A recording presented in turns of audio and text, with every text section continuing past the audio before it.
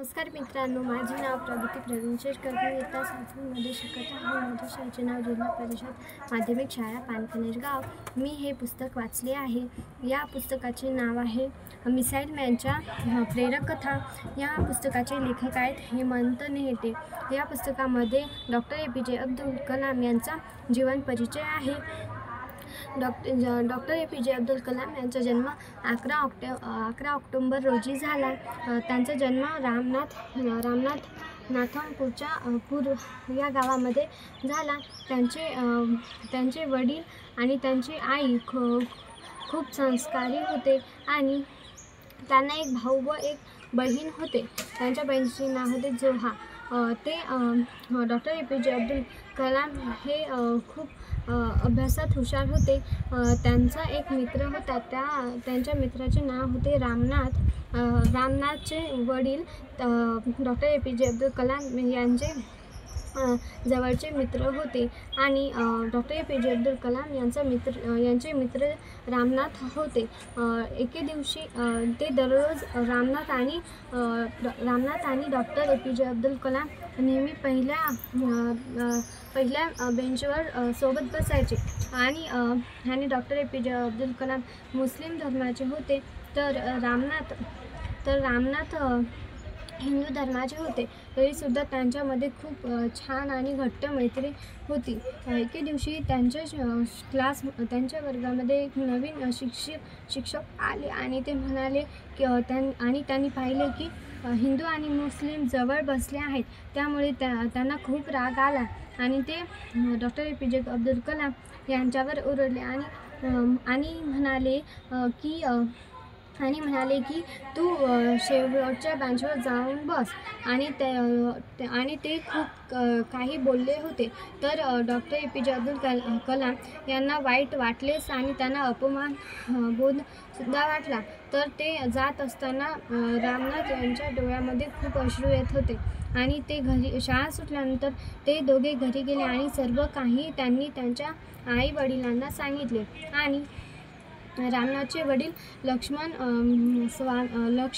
यांनी त्या शिक्षकांना निरोप पाठवून बोलावून घेतले आणि म्हणाले होते की या दोन धर्मामध्ये तुम्ही वादविवाद आणू नका आणि जर तुम्हाला आणायचंच असेल तर तुम्ही ही शाळा किंवा गाव सोडून जा. तर त्या शिक्षकांना खूप वाईट वाटले आणि त्यांना त्यांची चूक समजली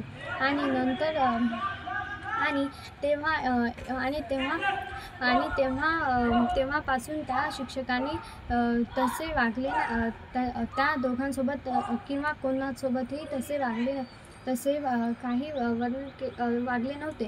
आणि तेव्हा नंतर आणि डॉक्टर APJ अब्दुल कलाम नेहमी म्हणायचे की मी हिंदू नाही आणि मुस्लिमही नाही, मी भारतीय आहे. त्यामुळे धर्मांमध्ये मी भेदभाव कधीच करणार नाही असा त्यांनी संदेश सांगितला होता.